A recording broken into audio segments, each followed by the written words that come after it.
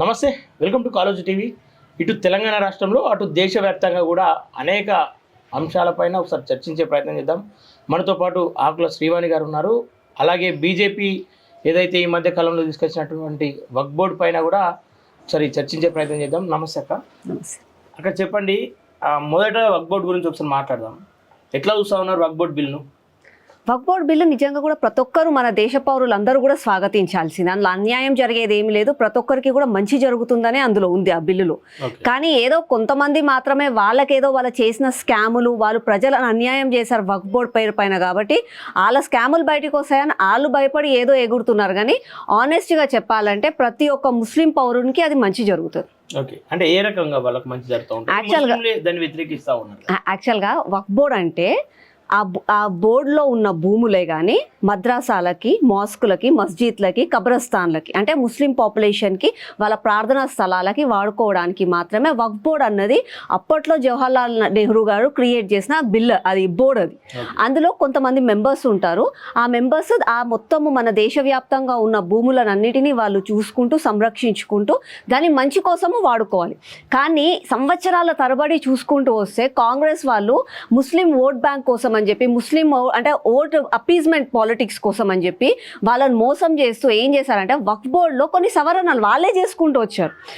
ఏంటంటే ఒకవేళ ఇది వక్ఫ్ బోర్డు భూమి అని ఎవరన్నా చెప్తే దాన్ని మిగతా వేరే పౌరులు, అది ముస్లిమే కానీ అది హిందువే కానీ ఎవరైనా సరే, దేశంలో ఉన్న ఎవరైనా సరే అది వక్ఫ్ బోర్డు అని చెప్పి అక్కడ స్టిక్కర్ అంతికిస్తే దాన్ని మనం కనీసం కోర్టుకు వెళ్ళి క్వశ్చన్ చేయలేము.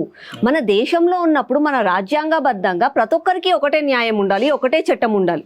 నీది అది కాదు అని అన్నప్పుడు నీది అది ఎక్కడి నుంచి వచ్చింది అని చెప్పి కనీసం పేపర్లు, డాక్యుమెంట్లు నీకు ఎవరు ఇచ్చిండ్రు, నీ పూర్వీకులు ఎవరు, అక్కడ ఏముండే అన్న డాక్యుమెంట్లన్నా మనం అడగాలి.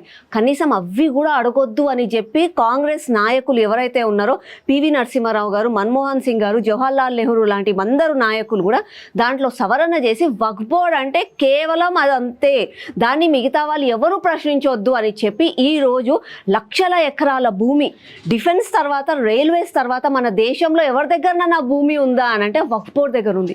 పొద్దున్న లేసి కాంగ్రెస్ నాయకులు అంబానీ, అదానీ అని మాట్లాడతారు.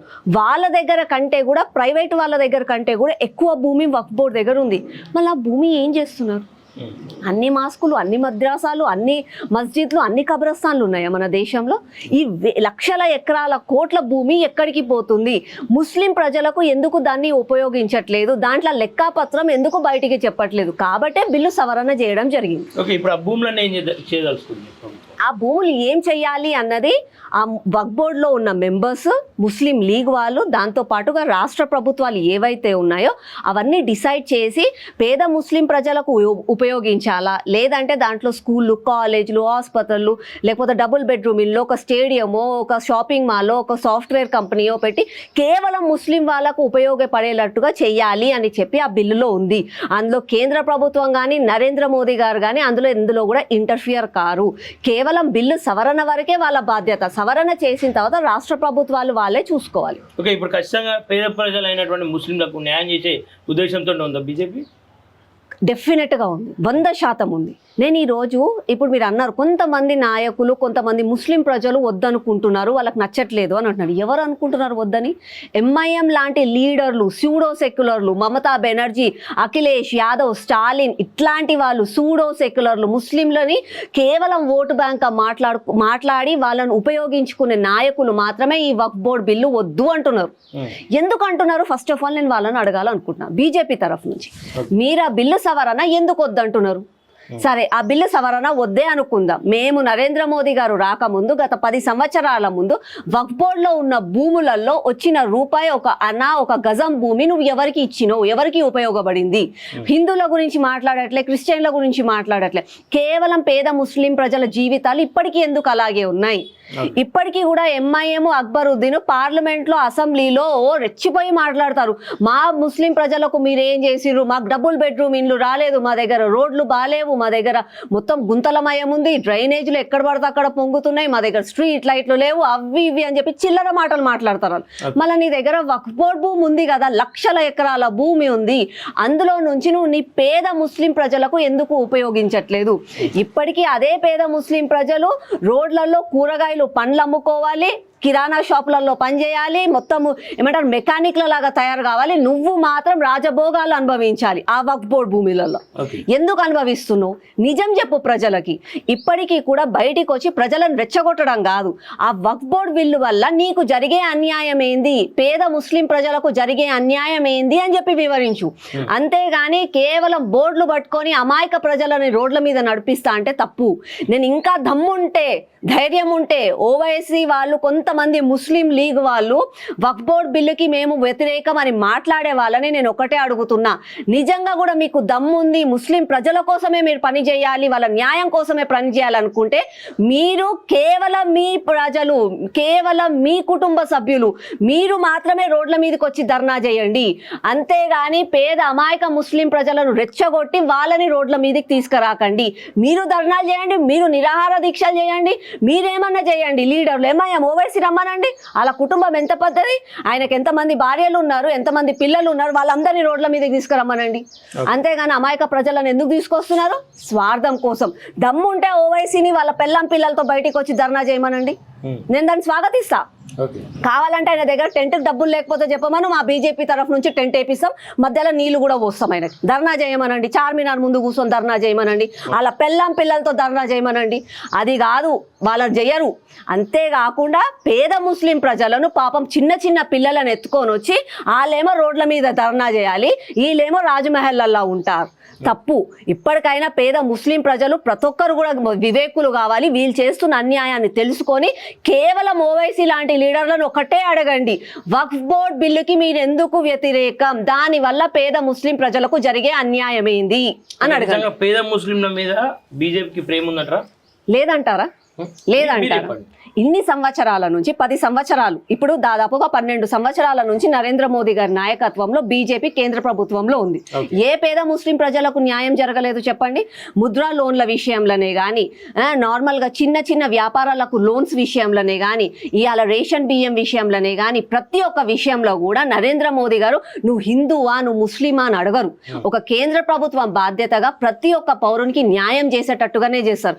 ఆ రోజు ఆ పేద ముస్లిం ప్రజలు కాశ్మీర్లో అన్యాయం అయిపోతున్నారు, రోడ్ల మీదకి వచ్చి రాళ్లు రువ్వుతున్నారు, టెర్రరిస్టుల పేర్ల మీద టెర్రరిస్టులు రెచ్చగొడతాల జీవితాలు ఖరాబ్ చేసుకుంటున్నారు అని చెప్పి కాశ్మీర్లో 370 ఆర్టికల్ తీసుకొచ్చాం కదా. దానివల్ల ఈరోజు ఎంత సంతోషంగా స్కూళ్ళకి కాలేజ్లో పోయి ఐఏఎస్ ఆఫీసర్లు అవుతున్నారు. వాళ్ళు ఎంత మంచిగా పండుగలు చేసుకుంటున్నారు, వాళ్ళు రంజాన్ చేసుకుంటున్నారు, మనం రామనవమి చేసుకుంటున్నాం, August 15th 26 జనవరి మంచులో ఆడుకుంటున్నారు ఆ పిల్లలందరూ ఎంత సంతోషంగా. అప్పట్లో ఎప్పుడు చూసినా రాళ్ళు అగ్నిగుండమే. అట్లాంటిది ఈరోజు ఎంత ప్రశాంతంగా ఉంది. ట్రిపుల్ తలాక్ వల్ల అన్యాయంగా పేద ప్రజలను కానీ మహిళలను మోసం చేస్తున్న కొంతమంది వల్ల ఈరోజు ఎంతమంది ఆనందంగా ఉన్నారు మహిళలు. అరే తలాక్ తలాక్ తలాక్ అని చెప్పి వాట్సాప్లో పంపిస్తే కూడా అన్యాయం అయిపోతుంది. ఇంకొక దిక్కేమో విమెన్ ఎంపవర్మెంట్, మాకు మహిళలకు రక్షణ లేదని మాట్లాడే ఓవైసీ అసలుకి ట్రిపుల్ తలాక్ గురించి మాట్లాడితే ఆ రోజు కూడా అగేన్స్ట్గా మాట్లాడింది, దానికి కూడా వ్యతిరేకం అని మాట్లాడింది. అట్లాంటి నాయకులను ఫస్ట్ ఆఫ్ ఆల్ చెప్పాలనంటే దేశంలో నుంచి తరిమి పారేయాలి. కానీ ఇక్కడ బీజేపీ సోషల్ మీడియా మొత్తం కూడా ముస్లింలను టార్గెట్ చేసి పోస్టులు పెడతా ఉంది, వైరల్ చేస్తా ఉంది అని చెప్పి చెప్తా ఉంది అన్న. ఇగో కొంతమంది ఏదో వాళ్ళకి తెలిసి తెలియక ముస్లింలకి అగేన్స్ట్ గా మాట్లాడితే ఇక దాన్ని బీజేపీకి అనడం తప్పు. ఏంటంటే బీజేపీ ఏ రోజైనా సరే ద ట్రూ సెక్యులర్ పార్టీ ఎవరన్నా మన దేశంలో ఉన్నారా అంటే అది కేవలం బీజేపీ మాత్రమే.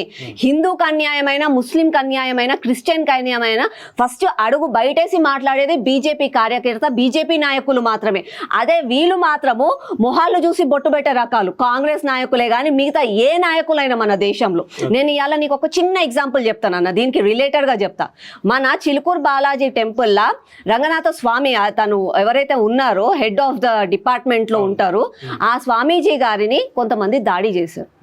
ఆ రోజు కేటీఆర్ గారు స్పందించారు, రేవంత్ రెడ్డి గారు స్పందించారు, ఎంఐఎం నాయకులు కూడా పోయి స్పందించారు, ప్రతి ఒక్క సంఘం నుంచి అందరూ పోయి స్పందించారు.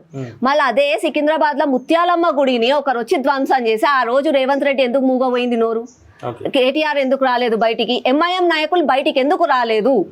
సరే మీరు వచ్చి ఆడ కూర్చొని ధర్నా చేయమని మేము అడుగుతలేము, అంత ఆశలు మాకు లేవు. కనీసం నోటి మాట, సరే నోటితో మాట్లాడే ధైర్యం లేకపోతే మీ పిఆర్ టీం తోటి ట్విట్టర్లో ఒక ట్వీట్ అని ఎందుకు చేయలేదు? ఫేస్బుక్ లో ఒక మ్యాటర్ అని ఖండిస్తున్నా అన్న మాట ఎందుకు మాట్లాడలే రేవంత్ రెడ్డి వాళ్ళు? అదే రంగనాచార్య పైన దాడి జరిగితే దానికి కారణం ఏంటి? వచ్చి దాడి చేసిన వాళ్ళు హిందువులు, వచ్చి దాడి చేసిన అతను హిందువు. అరే హిందూ కొట్లాడుకుంటే మధ్యలో వీళ్ళు పోవాలి, ఓకే. అంతేగాని అక్కడ ముత్యాలమ్మ గుడిని దాడి చేసిన అతను ఒక మైనారిటీ ముస్లిం సోదరుడు. ఆ రోజు అతను వచ్చి దాడి చేస్తే నీ నోరు మూసుకుపోయింది, ఈ రోజు ఎందుకు నువ్వు నోరు తెరిచి మాట్లాడుతున్నావు అంటే దీన్ని బట్టే సెక్యులరిజం అన్న మాటకి వాళ్ళు ఎంత ఘోరంగా ఇన్సల్ట్ చేస్తున్నారో అర్థమవుతుంది. ఓకే, ఇటు ప్రవీణ్ పగడాల హత్య కూడా ఈ మధ్య కాలంలో వైరల్ అవుతా ఉంది. మరి ఆ హత్య విషయంలో ఎందుకు బీజేపీ ఎక్కడ అది హత్య కాదు అని చెప్పి పోలీస్ వాళ్ళే చెప్తున్నారు. యాక్సిడెంట్ అయింది, అది హత్యగా చాలా మంది అనుమానాలు వ్యక్తం చేశారు. దాని మీద బీజేపీ ఒకవేళ అందులో తప్పేమన్నా జరిగింది, అది మీరు అన్నట్టుగా ఏదన్నా మర్డరో ఏదో అయితే చట్టము న్యాయం తన పని తను చేసుకుంటూ పోతుంది. అంతేగాని చట్టము న్యాయం చేతిలో ఉన్న పనిని బీజేపీ ఎట్లా అంటే ఆల్రెడీ అది పోలీస్ చూస్తూనే ఉన్నారు. చట్టం ఆల్రెడీ తన పని అమ్మాయి చేసుకోవాలంటే చట్టం పని చట్టం చేసుకుంటూ పోతుంది. ఎవరైతే నిందితులు వాళ్ళని అరెస్ట్ చేసే పనులు ఆల్రెడీ ప్రభుత్వం ఉన్నప్పుడు బీజేపీ ఎందుకు దాన్ని ధర్నాలు చేస్తూ రాస్తారోకోలు చేస్తూ అంటే చిలుకూరు బాలాజీ టెంపుల్ అటాక్ అయినప్పుడు కూడా చట్టం న్యాయం పని చేసుకుంటూనే పోయింది. ఆ రోజు స్పందించిన వాళ్ళు ఈ రోజు ఎందుకు స్పందించలే అని నేను అడుగుతున్నాను. అట్లాగే మీరు అన్నట్టుగా ఆంధ్రప్రదేశ్ లో జరిగిన ఏదైతే ఇన్సిడెంట్ ఉందో దాని గురించి అక్కడ ఉన్న వాళ్ళు ఆల్రెడీ మాట్లాడారు, అక్కడ ఉన్న నాయకులు మాట్లాడారు, పోలీస్తో మాట్లాడుతున్నారు, మీరు పనులు సక్రమంగా చేయండి అని అన్నారు. పోలీస్ వాళ్ళు కొన్ని వీడియోలు అవి ఇవి కూడా రిలీజ్ చేస్తున్నారు.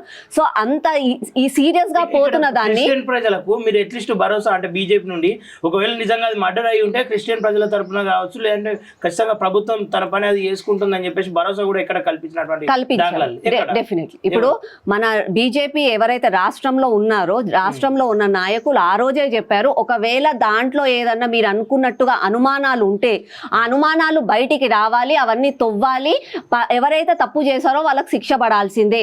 అక్కడ టామా రహీమా రాముడా కాదు, ఎవరైనా సరే శిక్ష పడాల్సిందే అని చెప్పి ఆ రోజు వాళ్ళు వివరించారు. ఇప్పటికీ కూడా బీజేపీ అదే స్టాండ్ లో ఉంది, తప్పు చేసిన వాళ్ళకు శిక్ష డెఫినెట్ గా అవుతుంది, అది ఎవరు అన్నది కాదు అక్కడ. ఓకే, ఇక్కడ వక్ఫ్ బోర్డు వల్ల ఒకవేళ నిజంగా పేద ప్రజలకు న్యాయం చేయలేకపోతే బీజేపీ ఏం చెప్పదలుచుకుంది? బీజేపీ కేంద్ర ప్రభుత్వము వక్ఫ్ బోర్డ్ భూముల పేర్ల మీద కొంతమంది ఎవరైతే గుంట నక్కలు లాగా తినుకుంటూ పేద ముస్లిం ప్రజలకు అన్యాయం చేస్తున్నారో అట్లాంటి వాళ్ళని వాళ్ళ స్కాములు బయట పెట్టడానికి వాళ్ళని ఎండగట్టడానికి వక్ఫ్ బోర్డ్ లో బిల్లులో సవరణ చేసింది. సవరణ చేసిన తర్వాత వక్ఫ్ బోర్డ్ మెంబర్స్ దాని తర్వాత రాష్ట్ర ప్రభుత్వం అందరూ కలిసికట్టుగా జరుగుతున్న అన్యాయాలను ఎండగట్టి పేద ముస్లిం ప్రజలకు న్యాయం చేస్తారన్న ఆశ అయితే నాకు కలుగుతుంది. అందరూ ఎంఐఎం ఓవైసీ బ్రదర్స్ లాగైతే లేరు, ముస్లిం సోదరులు అందరిలో కూడా చాలా మంది మంచి వాళ్ళు ఉన్నారు. కొంతమంది మాత్రమే వీళ్ళలాగా రజాకార్ వారసులు ఉన్నారు, కానీ మిగతా వాళ్ళందరూ కూడా మంచి వాళ్ళే ఉన్నారు. ఓకే అక్క, కేంద్రం ఖచ్చితంగా ఈ బిల్లు ఏదైతే సవరణ ఉందో దాని ప్రకారం నడిపి అండ్ మళ్ళీ ఏదైతే వక్ఫ్ బోర్డు కమిటీనే దాంట్లో నియమించబోతా ఉంది, వాళ్ళు ఎందుకు పేద ప్రజల గురించి ఆలోచిస్తారని మీరు భావిస్తూ ఉన్నారు? వక్ఫ్ బోర్డులో ఎవరైతే ఉన్నారో వాళ్ళందరూ కూడా వక్ఫ్ బోర్డు బిల్లులో సవరణ చెయ్యాలి అని చెప్పి, ఇది ఏదో కేవలం రాత్రి నరేంద్ర మోదీ గారు వచ్చి బిల్లు పాస్ చేయలేదు. కొన్ని సంవత్సరాల నుంచి కూడా ఈ డెవలప్మెంట్ జరుగుతుంది, ఏమేం సవరణలు చేయాలని చెప్పి అందరినీ కూడా వ్యూస్ అన్ని తీసుకుంటున్నారు. వాళ్ళు చెప్తేనే ఈ బిల్లులలో సవరణ జరిగింది కాబట్టి వాళ్ళందరూ కూడా దీనికి ప్రోత్సహిస్తారు, వాళ్ళందరూ కూడా దీనికి చేయూతనిస్తారని చెప్పి నేను ఆశిస్తున్నాను. కానీ పేద ప్రజలకు న్యాయం చేయలేనప్పుడు డెఫినెట్ గా మళ్ళా పేద ప్రజలకు న్యాయం జరగలేదు. బ్లాక్ మనీ తీసుకొచ్చి ప్రతి అకౌంట్ లో ఇంత అమౌంట్ వేస్తామని చెప్పారు. ఎవరు అన్నారన్నా? నరేంద్ర మోడీ. ఏడన్నాడు? నరేంద్ర మోడీ లేదు, నాకు ఒక్కసారి మీరు స్వయంగా నరేంద్ర మోదీ గారు ప్రతి ఒక్కరి అకౌంట్ అన్నారా? బ్లాక్ మనీ తీసుకొస్తానన్నారు కానీ ప్రతి ఒక్కరి అకౌంట్ లో డబ్బులు వేస్తానని. బ్లాక్ మనీ తీసుకురావడానికి కారణం ఏంటంటే బ్లాక్ మనీ తీసుకొని వస్తే, ఒకవేళ నేను బ్లాక్ మనీ తీసుకొని వస్తే సక్సెస్ఫుల్ గా ఒక్కొక్కరి అకౌంట్ లో ఇన్ని డబ్బులు పడే అంత బ్లాక్ మనీ బయట దేశాలలో ఉన్నది అని అన్నాడు. కానీ ఏ రోజు కూడా తెస్తానని అనలేదన్న. ఒకవేళ మీ దగ్గర అదేమన్నా క్లిప్ కానీ ఏదన్నా ఉంటే నాకు పంపించండి. నాకు తెలిసినంత వరకు అయితే నరేంద్ర మోదీ గారు ఆ మాట అనలేదు. కేవలం తప్పుదోవ పట్టించడానికి, ప్రజలను అమాయకంగా చేయడానికి మాత్రమే ఈ మాటలన్నీ మాట్లాడుతున్నారు. ఫైనల్ గా ఈ ఏదైతే ఈ బిల్లు ఉందో బిల్లులో వెనకడిగే అవకాశం ఏమైనా ఉందా? బిల్లులో వెనకడుగే అవసరమే లేదు. నిజంగా కూడా చిత్తశుద్ధి ఉండి పేద ముస్లిం ప్రజలు అందరూ కూడా బాగు కోరుకుంటున్నాము అని చెప్పి ఎంఐఎం బ్రదర్స్ లాంటి నాయకులు అనుకుంటే వాళ్ళందరూ కూడా దీనికి గట్టిగా పక్కన నిలబడి పేద ముస్లిం ప్రజలకు మంచి చేయాలి. అంతేగాని నేను వ్యతిరేకిస్తున్నానని చెప్పి నేను పేపర్లు చింపుతా, నేను రోడ్ల మీదకి వస్తా అంటే ప్రజలే వాళ్ళని తరిమి కొడతారు. ఓకే అక్క, థ్యాంక్ యూ అక్క. ఈ విషయాన్ని ఇట్లా పక్కన పెడితే